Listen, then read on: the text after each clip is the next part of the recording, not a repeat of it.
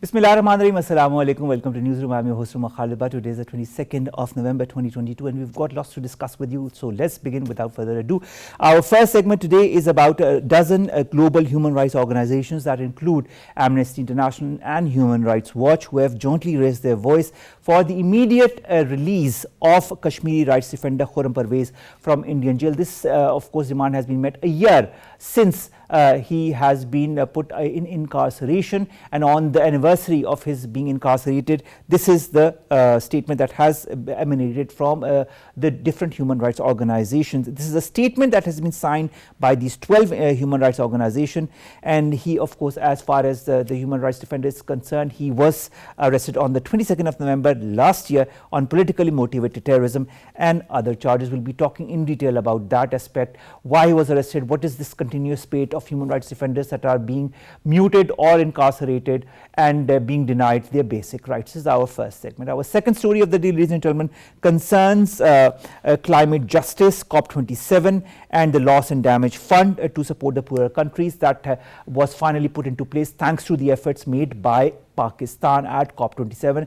Large thanks to all those who participated, including Shahid Rahman Sahiba, Minister for Information and Broadcasting, Mariam Aurangzeb Sahiba. I said international acceptance of demand for climate justice is a diplomatic success of Pakistan. We'll be talking about different aspects of climate justice, this fund that has finally been put into place, and what are the different modalities of this and the future as far as COP27 and climate fund and climate justice is concerned. Then we'll be talking about the update as far as the Malaysian earthquake is concerned. The Indonesian president has pledged financial aid for the victims. The rescue aid workers are racing to find more survivors. As far as the latest casualties are concerned, at least 200 are feared dead in this, and hundreds and hundreds injured because of this. This is, of course, a devastating earthquake, not the first time that Indonesia has been braced with such an earthquake. There have been various in the past as well, many even more ferocious than this one. And finally, we are going to talk about Twitter, the social media platform that has been in the news since Elon Musk took hold of it. Now what is happening is that the blue check verification that had been put in the very beginning with $8 a month as the fees for having a blue tick has been withheld for the moment. So there is going to be no relaunching of the blue check verification. Twitter is going to probably use different color checks, and it has paused this $8 per month blue check verification modality that it had put into place. This and so much more is happening at Twitter. Let's hope something happens for the better. Let's come with our first segment that concerns the dozen human rights organizations, including Amnesty and Human Rights Watch, that have pleaded for the immediate release of Kashmiri human rights defender Khurram Parvez. More in the following report.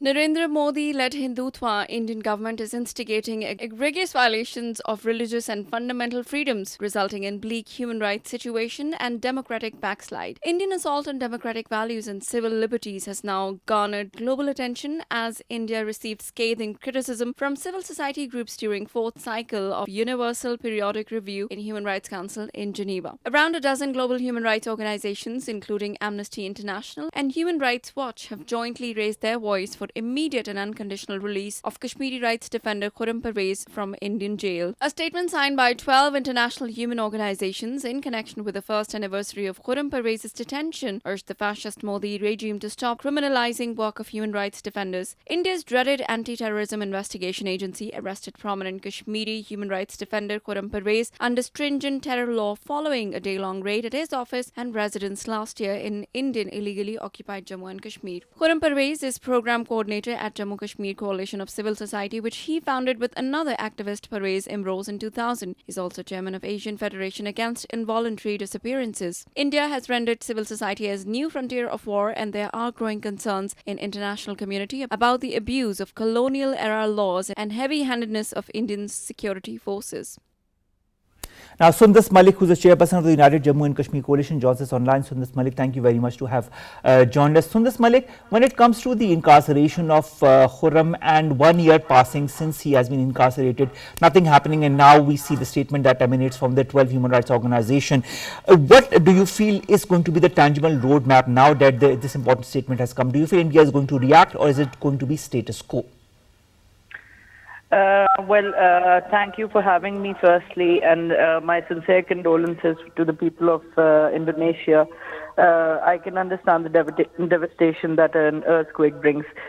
Coming to your question, as far as the case of Khurram Pervez is concerned, it is not the first time that this man has been harassed or tortured or put in custody without any rhyme or reason.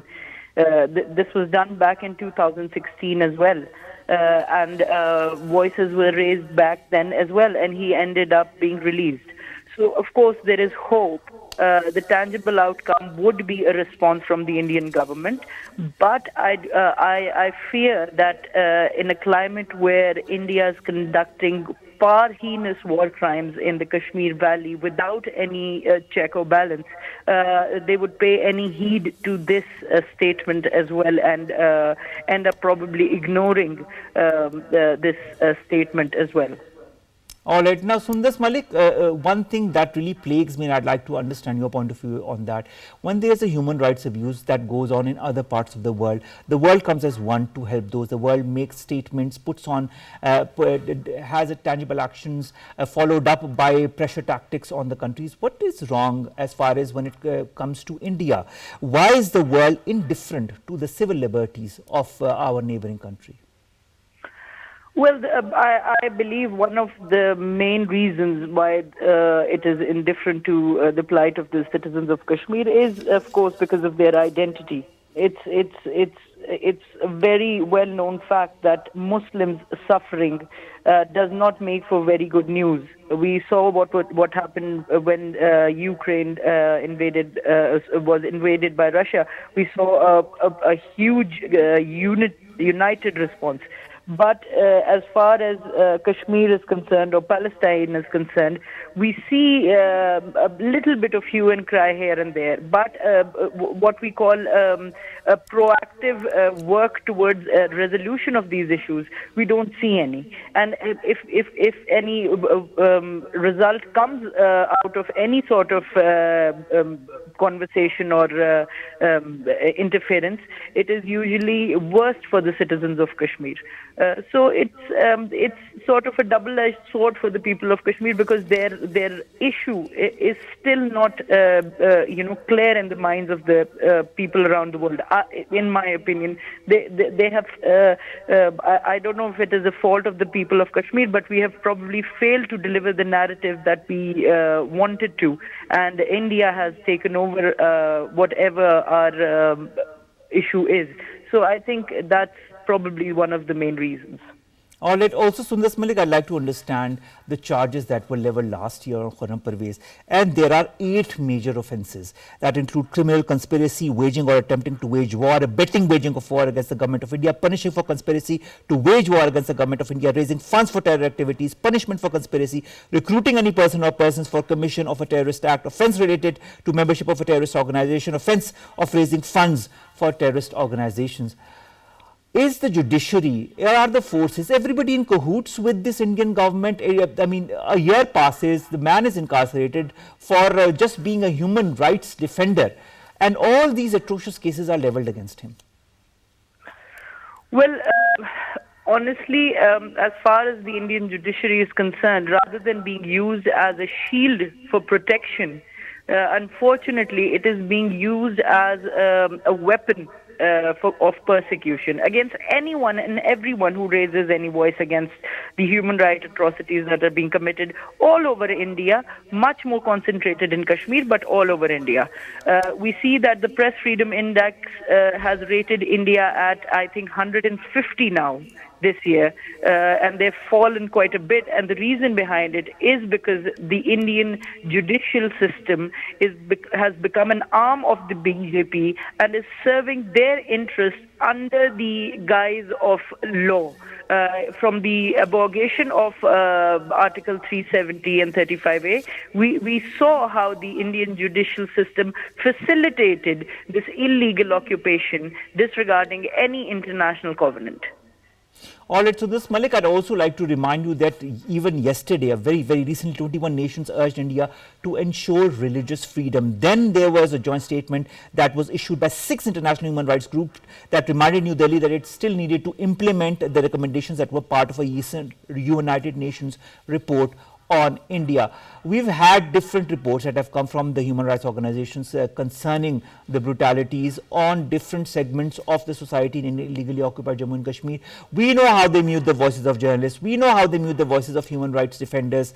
And the list goes on. Even in Indian illegally occupied Jammu and Kashmir, very recently, the journalists have refused to file fabricated stories and thus have resigned from their posts. Why is there all this mayhem going on in a country that considers itself to be a pluralistic country, that considers itself to be the largest democracy in the world? Well, I think the answer lies within the question. India, I don't think, considers itself to be a pluralistic society anymore. They have been, I think, painted Bhagwa by now. They have been saffronized. And this is a fact that the world needs to recognize, and the world does recognize it.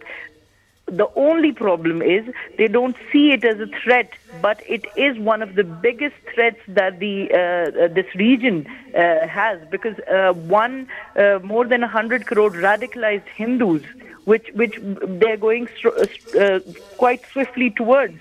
They won't be able no one would be able to stop them once they get on their idea of Akhand Bharat and saffronized Southeast Asia.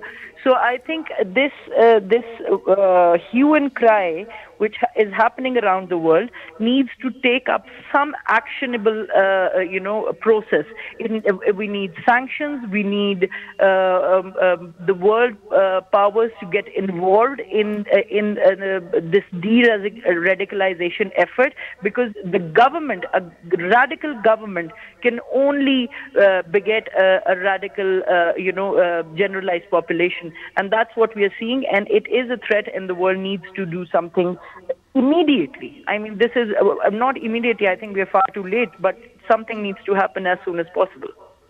But so this, Malik, on the one hand, we've talked with you as well that the different countries in the West feel that India is the ideal country to develop relations with. There are a lot of countries in the West that have very strong relationship with India as well. It's also part of different strategies of important countries in the West. But this said, can't you be partners on the economic front and other fronts, but at the same time bring to book all those actions that India is perpetrating?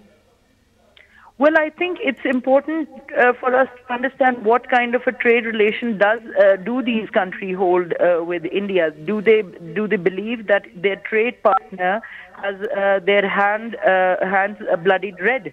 Do they accept that? Do they want their trade partners to be involved in world's most heinous war crimes? And that's the question. When we talk about other countries, we saw the actions against Russia. We saw the world coming together against Russia because they said this is against humanity. So I think the world powers need to make it clear to the citizens of Kashmir that their lives. Are they worth the trade deals? Are they worth the economic friendships that they hold with India? Or is life more important than any sort of profit? So I think it says a lot about these countries who have become partners with India, because if they're partners in trade, I think they're partners in crime. All right. So, Ms. Malik, also I'd like to understand, is there any introspection on the part of the Indians that live within India, that see what is happening around them? Do you feel change might come in the days to come from within India in order to put pressure on the Indian government, or do you feel that this has also become part and parcel of how the Indian people feel that their countries should move towards? Well, I think there are voices who come up against what is happening in India, but unfortunately, those are very targeted. They don't concern every life as being worth the same value. it is unfortunate that some of the best Indian human rights defenders fail to talk about Kashmir and consider the abrogation of Article 370 to be the best thing that could happen in the Indian Union for the past 75 years. So I think there is some recognition, but I think until and unless they think about everyone, the change is not going to come. Sundas, Malik, do you feel that we are going to see more Khurram Maliks, we are going to see more Khurram Parvezes, we are going to see more Rana Ayubs being incarcerated, being pressurized to not speak the truth in the future? Do you feel this is going to be a spate of incidents that is going to continue? Is there any red line? Do you feel that at any time might be crossed and then there might be action, or do you think this is an open hand that has been given to India? Well, I think the only hope is the day the Indian government picks up an American journalist in the Kashmir Valley. I think there might be some action. But as long as the names include Khurram and Rana and Farooq and Abdullah, that's not going to happen, because, like I said, their outrage is very specified. It's not towards it doesn't include these names. It only includes names like George and John and Abbott and Robert and all that. I think that's the double standards that we are facing, and that's what we'll be facing in times ahead. So when Dr. Stanton talks about genocide within India, do you feel it's going to be a sad reality that India is going to face in the coming days?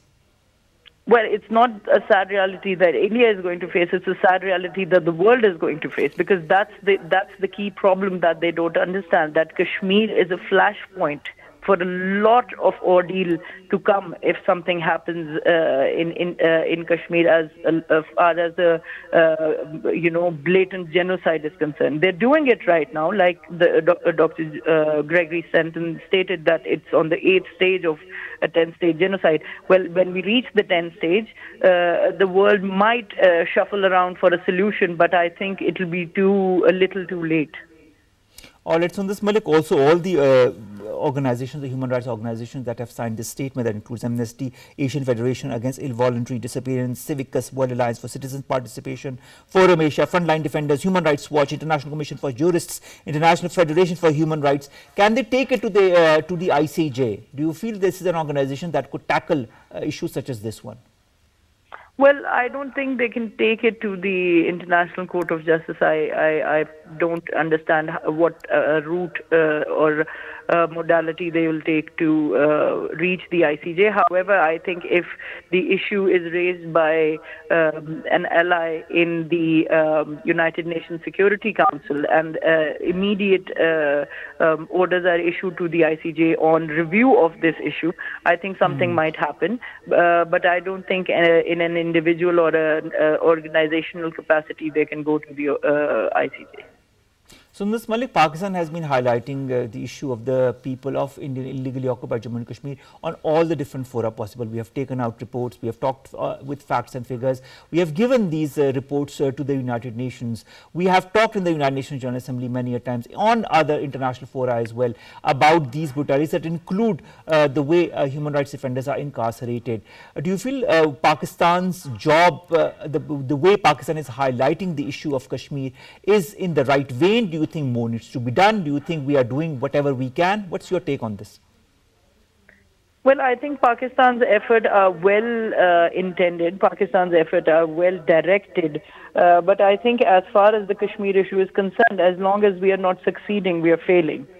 As long as every single day passes and every single Kashmiri citizen dies, a single Kashmiri citizen's death means a death of a Pakistani, because that's what the citizens of Kashmir consider themselves to be. So I think, like I've always said, there needs to be more aggression in Pakistan's action on the Kashmir issue, because it is an issue which lies in the core ideology of Pakistan. So the resolution of this issue will open up a lot of new avenues for Pakistan, and this state of disenfranchisement amongst every citizen with regards to Kashmir, its end will lead to a better and more prosperous Pakistan. So I think more aggression towards the resolution should be our key goal. Okay. We might beg to differ, but nevertheless, I feel on a personal note that Pakistan is doing whatever it can and has been doing whatever it can on the political or diplomatic front. And they are also morally helping the people in Kashmir. We've been highlighting it in our show. You know that very well, Sundas, Malik. You have come as guest in so many of our shows, and we've highlighted the Kashmir issue off and on. And that is the main reason being that we want the world to know what is happening in illegally occupied Jammu and Kashmir. You talked of killings, Sundas, Malik. Let's highlight the latest killing that has happened in Jammu of a youth, and this unarmed youth that was martyred by Indian border security force in the Arnia area of the district. If you look at the human rights violations in the Held Valley from January 1989 till 31st of October 2022, 96,145 killings, Sundas, Malik. This is not a small number. Had this happened, had this number been part of persecutions in any other country, that country would have been invaded by important countries in the West. Don't you feel that? Well, that country should have been invaded back in 1947 when the Jammu genocide of more than 300,000 people happened. I mean, lots of things should have happened all around the world. There should have been a lot of effort all around the world. And the reason I mentioned Pakistan's effort to be, how much ever they can, the problem is Pakistan is a party to the case of Kashmir. We need international interference. Pakistan can only do so much. I mean, we have seen how much effort Pakistan, we fought 4 wars for Kashmir. So it's not that we haven't done enough, but I think our efforts will always require international effort along with us. We need our allies to come together. And as far as this indifference to the lives of Kashmiris is concerned, I think this indifference will only come out to be a huge failure on the part of the world powers, because it's not just Kashmir. Like I mentioned, there are more than 17 different freedom movements going on in India. The death of a youth in Kashmir has become a part and parcel of their life. An everyday incident. Yes, a daily incident. Everyday incident. So for that reason, they need to understand that when the people of Kashmir respond and when they show that this is an indigenous resistance against a suppressive occupation, that needs to be recognized by the world. It is not Pakistan which is talking about an occupation. It is Kashmiris who are saying they're occupied. I understand your point of view. Thank you so very much, Sundas Malik, Chairperson of United Jammu and Kashmir Coalition, to have joined us. We'll be back with our second segment after a short break. Stay tuned.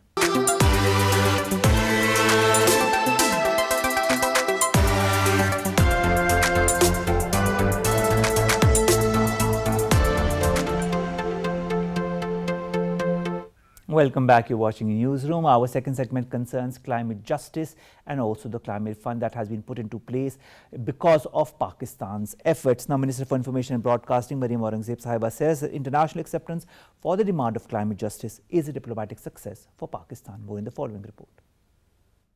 The vulnerable population of Pakistan is experiencing devastating impacts of climate change on their lives through changing weather patterns, crop losses, and water shortages, placing them among the bottom 1% of climate risk pyramid. Pakistan spearheaded robust climate diplomacy at COP27 climate summit in Egypt, demanding establishment of fund to help countries recover from damage caused by climate disasters. After incessant negotiations, countries adopted a final agreement at COP27 climate summit that sets up a compensation fund to help poor countries being battered by climate disasters. Prime Minister Shehbaz Sharif welcomed the development as first pivotal step towards the goal of climate justice and termed the development as manifestation of excellent climate diplomacy. Minister for Information and Broadcasting, Mariam Aurangzeb, emphasized that international acceptance of demand for climate justice is a diplomatic success of Pakistan. Prime Minister Shehbaz Sharif turned climate change and the devastation wreaked by floods in Pakistan into a global agenda, and Pakistan's stance played a decisive role in international consensus consensus on that matter. The adoption of Loss and Damage Fund is a big win for poorer nations which have long called for financial compensation because they are often the victims of climate change, such as worsened floods, droughts, heat waves, famines, and storms, despite having contribution little to no pollution that is heating up the planet. To discuss more on the issue, we've been joined by Dr. Asif Javed, who's an environmental scientist. Dr. Saab, thank you very much to have joined us. Dr. Saab, when it comes to Pakistan's efforts, whether it be on highlighting the effects of climate change and of course highlighting Pakistan as an example, and climate justice, also the fact that it has been accepted globally being a diplomatic success for Pakistan. What's your take on that? Omar Saab, thank you very much. Indeed, I must congratulate the entire nation for this success. It was a real need of our time. Since, we have been continuously talking about the effects of climate change, we've been continuously saying that Pakistan has been consistently ranked among the top 10th vulnerable country. So we should focus more on adaptation side. So this is a big way forward towards it's kind of a climate justice, I would rather say, in COP27. But still, there is a lot of things still needs to be done in terms of this fund has been established. Who will send the money, how this money will be channelized, and we should be very careful about the loss and damages that has been caused by the extreme climates, especially due to the result of climate change. But what important thing is, we need to be very clear that this is basically for the effect of climate change, not for certain particular event. Rather for the all events that has been caused by the climate change, due to the ugly development of the West, for example, for instance. So, Dr. Saab, you see, yes, yes. Dr. Saab, you've talked about many important, you say a lot of needs to be done as well. What, in your point of view, are the most important questions that emanate in people's minds, including yourselves, as far as climate compensation is concerned? Yes, the most important thing is we need to be very clear in calculating the loss and damages that has been caused by the climate change, so that we can get adequate amount of funds. And secondly, the Western countries, they also need to be very particular who will give the funds, which country will contribute, and how this money will be sent to the developing nation like Pakistan or Bangladesh or India, something like that. So this is a big way forward, at least some sign of a hope from the developed nations after long struggles in COP, initially in Kyoto Protocol, then in Paris Accord, and now in COP27, obviously. But that is not enough in terms, I'm saying that developed nations still need to mitigate the problem by reducing their own emissions. That is the long-term solution. That's very important. It's like if they are giving us for adaptation, that's fine, good. We may adapt. This is our own responsibility also. But at the same time, they should mitigate the problem for ourselves by reducing their own emissions so that the effects of climate change could be mitigated in the longer run also. That's the most important thing. Yes, Umar. Dr. Saab, also do you feel that measures such as the Loss and Damage Fund, measures such as highlighting climate justice, as Pakistan has been quite vehemently behind, is this going to bridge gaps between the emitter nations and the Global South? Do you feel there will be a much better understanding of what the Global South is going through? Yes, definitely. There is a clear understanding now. That's a very good sign, I believe. And obviously, it will, some sort of, as you mentioned, it will bridge the gap between the developed and developing nations, because you see there was some sort of politics initially on the climate change science also. US initially, they was not a part of Kyoto Protocol, and later on they also back out from the Paris Accord, and Biden also entered the US into the Paris Accord. So you see there is some sort of politics. Now the clarity is between all technically advanced countries that we need to do some climate justice with the developing country. And this is the outcome of continuous efforts by the different, scientists, I would say, the government officers. And I must congratulate Pakistani nation for this big achievement. This is a very big achievement, I believe, personally. All right. Also, Dr. Saab, there has been another development, that is Pakistan being included in the Pathfinder countries, Pakistan and 6 other countries. There's a Global Shield Fund that also has been established. What is the difference between this Global Shield Fund and the Loss and Damage Fund?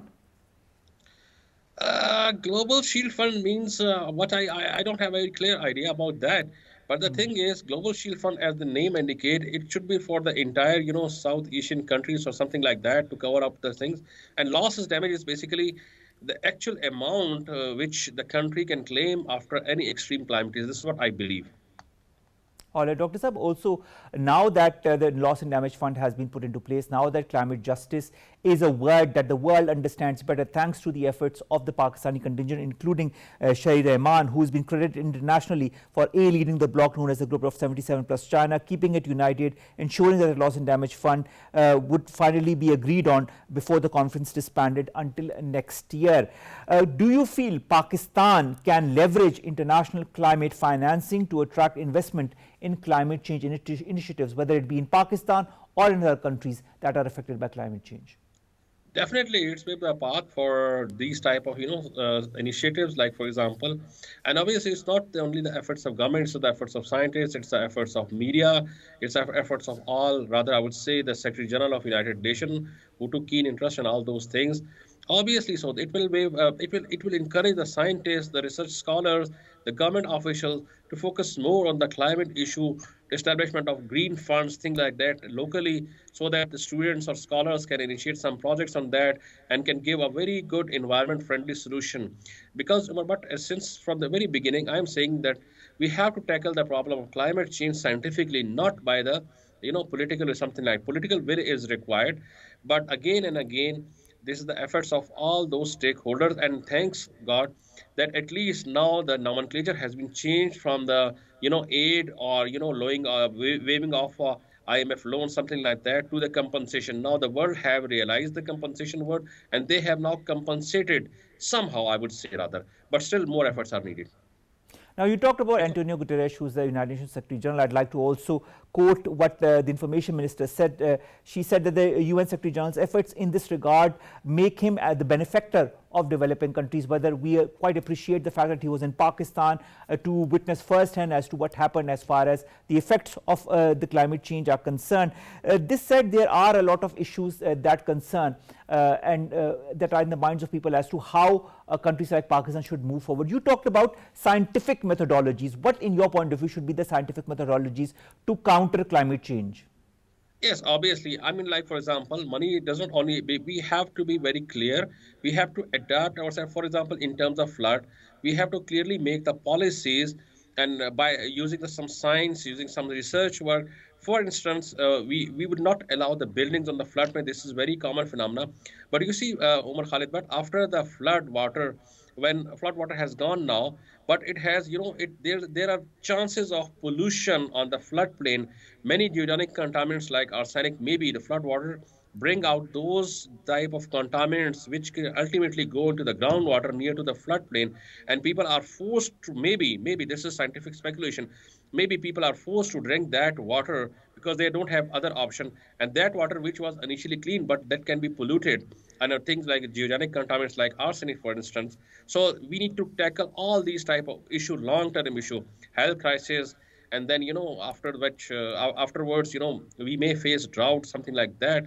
So all together we need proper solutions for that. We need to invest money in all sectors. This investment fund is for all these things, and the best way I would suggest the government to allocate funds for some scientific projects for the scientists in the country, so that they can carry out their research involving the PhD scholars and different organizations incorporate, and they can make some products and something like that. And obviously we will find a solution from these researches and the outcome of these researches. As I quoted in the United States, for instance, how they make the policies. They study a research paper, and the leading and their research papers are basically published in their leading news journals like New York Times or Financial Times in their editorials. And based on those editorials, they formulate the policies for their mitigation or something like that. So we also need to move away. We need to move towards this thing. We need to invest more on research using that fund, and outcome of that research will be used to making the policies and to demanding more funds or something like that. So this is my basically. All right. Dr. Asif Javed, speaking of outcomes, the outcome of COP27 has been quite positive as far as the funds that have been put into place, the realization of climate compensation, climate justice that has been now on the forefront and realized by the West. Whether it translates into action in the coming weeks and years is something that we will see, of course. Nevertheless, do you feel this united front by the global south to make the global north understand of the different issues that concern climate change. Could that be used as a model to also highlight the other issues that the global south is facing? Obviously, that's a forum that could be there with environmental issues. Environment is a very broad term. It includes everything, right? Starting from the social to the technical. For instance, I said if you ask somebody who is living in Murray Hills, for instance, and if you ask him, don't cut the trees, for instance, and he will say that my livelihood is dependent on the cutting of trees. So he needs some alternate earning opportunities so that eventually he will not cut the trees, which will ultimately benefit the climate in a local and in a larger context, and also reduce the floods and all those conditions. So, this is a very broad term. Obviously, it can target, the most vulnerable target of the climate change is the poorest of the poor. So definitely all the poverty and all these issues will become and they will be highlighted if we start using that fund, obviously, and international community will visit them again and again. And many issues will be definitely highlighted in that context, I would rather say. Dr. Asif, Javed, also I'd like to understand, you remember the 2009 pledge that was made by the West to spend $100 billion US a year in other climate aid designed to help poor nations. You talked about the poorest of the poor. This is one initiative that had been taken way back in 2009, still has not been implemented. Do you feel as a result of COP27, as a result of efforts made by the Global South, this fund will be operationalized sooner? And do you feel that the global north is really serious in order to fulfill its responsibility, whether it be for the different funds that have been initiated in COP27 or this 2009 fund? Well, I believe this time, I see some sign of hope and seriousness on the both side. But responsibility lies not only in the developed nation, also on us, because we need to be very clear and we need to, highlight those issues which are practical issue. And, resource mobilization and resource spending is the most important thing, where we are going to spend and all those things. We need to be very clear about that. Before that, we don't need to stow slacknesses or something like that. So seriousness required from the both sides, from developed nations and from the developing nations also, like Pakistan. And you quote the examples of 2019 flood. Obviously, there are many issues before that. If we were unable to manage that front appropriately, obviously that will also be halted somehow, because this also depends on us as a Pakistani nation, as a Pakistani government. All right, Dr. Saab, also, climate diplomacy is a word that we are starting to hear more and more, and especially due to the efforts made by Pakistan on different fronts to highlight climate change and the effects, Pakistan being a prime example of the floods that have happened because of climate change, and Pakistan being a very minor carbon emitter of 0.8%. Do you feel climate diplomacy has helped Pakistan? Do you feel climate diplomacy has helped put Pakistan on the forefront as far as champions of climate change is concerned? Obviously, talking again and again, highlighting the issue again and again at different forums, and the media, in the scientific forum, at the government level, definitely would have a very positive impact. And that is the result of those discussions, those, takeaway, and those efforts, basically, I would rather say. Obviously, and climate justice is very important now. Climate diplomacy is very important, because we need to play a smart in that sort of things for our nation, for our people, for the people whose land has been eroded by this flood as a result of climate change, whose land has been desertified as a result of a heat wave, something like, or prolonged drought, something like that, who become the environmental, victims of the climate change. So we need to spend money. We need to have projects for them that could directly hit their, that could address their problems directly. Because environment or climate change is not only a technical, it's also a social issue, as I mentioned. So we need to be more diplomatic in that. We need to show the world that this is our people who have suffered, and this is their previous condition. Now their livelihood has been improved by the climate justice or something like that. So we need to have a good climate diplomacy in the world. All right, and of course, Pakistan's efforts need to be highlighted as much as possible, because this current government, whether it be Shahid Rahman Sahiba, whether it be our foreign minister, whether it be our prime minister, have really highlighted Pakistan as far as the champion of climate change is concerned. Of course, Pakistan has been affected by climate change because of these devastating floods, and that have been a result of climate change. Thank you very much. Pakistan has a lead role, I would say. Yeah. in Yes, that sense. that is true. Pakistan has played a wonderful role, and it has not only highlighted its cause, it has also highlighted the cause of so many other countries that are or might go through similar situations in the future. Thank you very much, Dr. Asif Javed, environmental scientist, who have joined us, who have talked to us about Pakistan's climate efforts, climate diplomacy, climate resilience, climate justice, and of course the loss and damage fund that has been put into place thanks to Pakistan's efforts, especially Shahid Rahman Sahiba's efforts. Let's come to our last two stories very quickly. The first is an update about the floods in Indonesia. The death toll has now soared to 268. The number of injured is in the hundreds and hundreds. 5.6 magnitude earthquake that hit west of Java Island. Many of those who were killed, the majority in fact who were killed, were children, because it was school time. A lot of children were there in the schools, and with the buildings collapsing, that is how a lot of children have perished. A town of 175,000 located in the mountainous areas of West Java, Indonesia's most densely populated province, has been affected by it all. This earthquake was felt strongly some 75 kilometers away in the capital Jakarta. It damaged at least 2,200 homes. The Indonesian leaders are there. They are of course highlighting as well, and they are trying to help, trying to do their utmost. But what happens as far as countries such as Indonesia is concerned, it is in the so-called ring of fire, which is an active seismic zone where different plates on the earth's crust meet, and Indonesia has a history of devastating earthquakes, that I said in the very beginning of the show as well. In 2004, a 9.1 magnitude earthquake had hit off Sumatra Island in western Indonesia. It had killed 226,000 people. In 2018, a 7.5 magnitude earthquake struck in shallow waters of the city of Palu, triggering a tsunami. 4,000 people plus were killed as a result of that earthquake as well. All our wishes, our condolences to those who have perished as a result of this incident. And of course our Prime Minister has also highlighted it. He has tweeted about it. He has said, saddened by the tragic loss of precious lives in an earthquake that struck Java Island of Indonesia, we in Pakistan offer our heartfelt condolences and most serious sympathies to Mr. Jodo Widodo and the bereaved families. And now our final story, ladies and gentlemen, comes regarding social media. And the social media that is most in the news is Twitter. Now the blue verified check that had been put into place by the new management under Elon Musk has now been put off. As you very well know, he had said $8 a month and you get the blue check, as a result of which there were many fictitious people that had come with Twitter handles and of course were not of any value, but trying to create disharmony and other issues, and that is why the blue tick has now been discontinued. They will probably be using a different color check for organizations than individuals, as has been said by Musk. Twitter, as per Elon Musk, has added 1.6 million users this past week, another all-time high.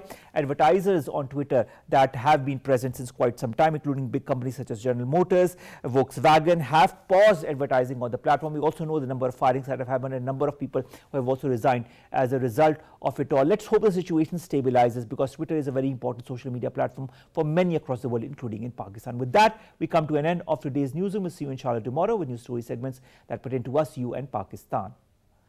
Take care of yourselves. Allah Hafiz.